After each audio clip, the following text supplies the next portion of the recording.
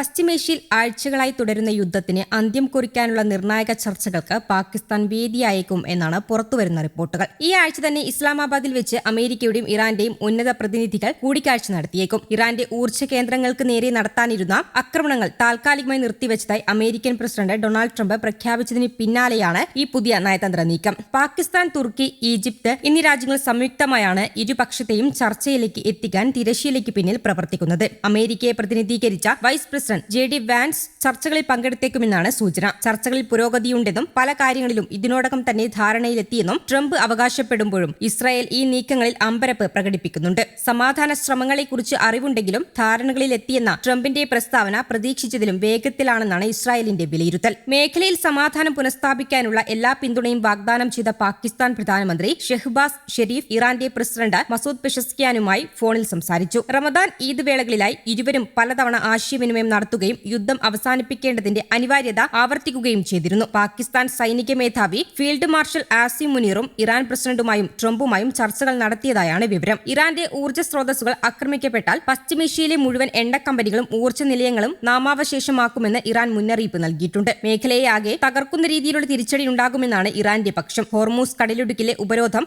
ആഗോള സമ്പദ് വ്യവസ്ഥയെ കനത്ത പ്രതിസന്ധിയിലായിത്തീരിക്കുകയാണ്. ലോകത്തിലെ എണ്ണ വ്യാപാരത്തിന്റെ 20% കടന്നുപോകുന്ന ഈ പാത അടഞ്ഞതോടെയാണ് അന്താരാഷ്ട്ര വിപണിയിൽ എണ്ണവില 50% വർദ്ധിച്ചത്. ബാരലിന് $100 മുകളിലെത്തിയ വില ഇനിയും ഇരട്ടിയാകാൻ സാധ്യതയുണ്ടെന്നാണ് സാമ്പത്തിക വിദഗ്ധരുടെ വിലയിരുത്തൽ. ഇസ്രായേലിലെ ഡിമോണ ആണവ നിലയത്തിനു സമീപം ഇറാൻ നടത്തിയ മിസൈൽ ആക്രമണമാണ് നിലവിലെ സംഘർഷം രൂക്ഷമാക്കിയത്. ആക്രമണത്തിൽ 70 കുട്ടികളടക്കം 160ഓളം പേർക്ക് പരിക്കേറ്റിരുന്നു. ഇറാന്റെ ആണവ കേന്ദ്രത്തിനു നേരെ ഇസ്രായേൽ നടത്തിയ ആക്രമണത്തിനുള്ള തിരിച്ചടിയായിരുന്നു ഇത്. ഇസ്രായേലിനെ ലക്ഷ്യം വെച്ച് ഇറാൻ ഇതുവരെ 400ഓളം ബാലിസ്റ്റിക് മിസൈലുകൾ പ്രയോഗിച്ചതായാണ് കണക്കുകൾ. ലോകം ഒരു ആണവ ദുരന്തത്തിന്റെ മുനമ്പിലാണെന്ന് ലോകാരോഗ്യ സംഘടന മുന്നറിയിപ്പ് നൽകിയിട്ടുണ്ട്. ഇരുവിഭാഗങ്ങളും സംയമനം പാലിക്കണമെന്നും ആണവ നിലയങ്ങളെ ലക്ഷ്യം വെക്കുന്നതിൽ നിന്ന് പിന്തിരിയണമെന്നും director general Tedros Adhanom Ghebreyesus അഭ്യർത്ഥിച്ചു. യുദ്ധം 4ാം വാരത്തിലേക്ക് കടക്കുമ്പോൾ സാഹചര്യം നിയന്ത്രണാതീതമാകുകയാണെന്നും അദ്ദേഹം പറഞ്ഞു. ഇറാന്റെ പ്രധാന എണ്ണ കയറ്റുമതി കേന്ദ്രമായ ഗാർക്ക് ദ്വീപ് പിടിച്ചെടുക്കാൻ അമേരിക്ക പദ്ധതിയിടുന്നതായി റിപ്പോർട്ടുകളുമുണ്ട്. ആയിരക്കണക്കിന് US മറീനുകൾ ഇതിനോടകം തന്നെ മേഖലയിലേക്ക് തിരിച്ചു കഴിഞ്ഞു. ഗാർക്ക് ദ്വീപ് പിടിച്ചെടുക്കുന്നതിലൂടെ ഇറാന്റെ സാമ്പത്തിക അടിത്തറ തകർത്ത്